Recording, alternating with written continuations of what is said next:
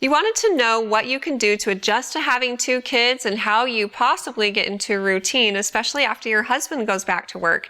And 2 kids is definitely different than 1, but here's a few things to keep in mind.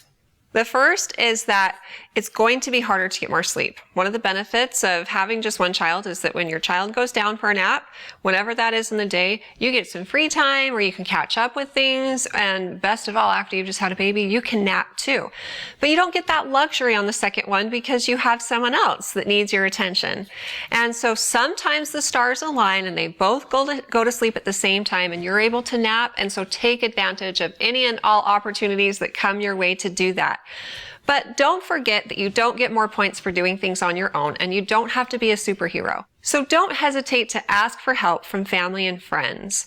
Ask someone to come over for a little while to take care of your kids while you take a nap, especially if you're feeling burned out, because just having a couple hours of sleep in the middle of the day can do so much for your sanity and it can recharge you.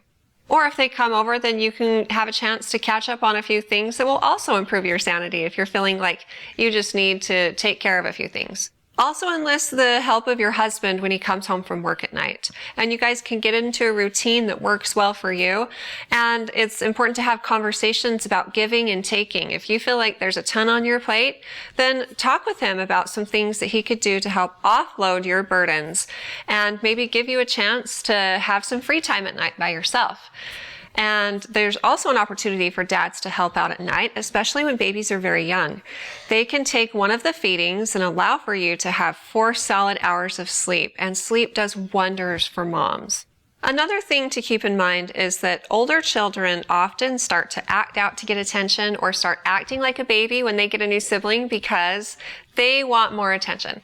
Kids actually prefer negative attention to no attention at all. And so do what you can to involve your older child in the care of your baby. There are things that they can actually be helpful with. They can bring you things, they can sit by you and you can read to them while you're nursing your baby so that they don't feel completely neglected.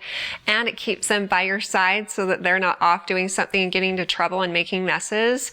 You can turn on a favorite show that you guys like to watch together while you're nursing the baby, and make a conscious effort to connect one-on-one with your older child after your baby is born. This will be so good for you because you've been used to being one-on-one, and it will be good for your child because they'll know that you love them and that you're still there for them. When my second was born, I did something called Elena Time. That's my daughter's name. And when our son went down for a nap, I would just set the timer for 15 to 20 minutes, however long I felt like I had, and I would do whatever she wanted to do. And sometimes it was Barbies, sometimes it was coloring, sometimes it was reading a book, whatever it was. We'd just do that for however long we had until the timer went off. And she knew that she had my undivided attention for that amount of time. My husband would also take her out on a regular basis and try to connect with her one-on-one as well.